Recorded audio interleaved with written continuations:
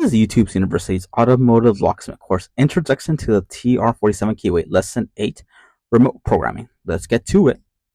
It's the beginner locksmith, and I'm just starting a new sub-series of the TR47 Keyway, and it's how to program the remotes to the TR47 Keyway. So I'm not talking about the transponders, the chips inside the remotes, or if they're separate, but just to get the buttons working, basically.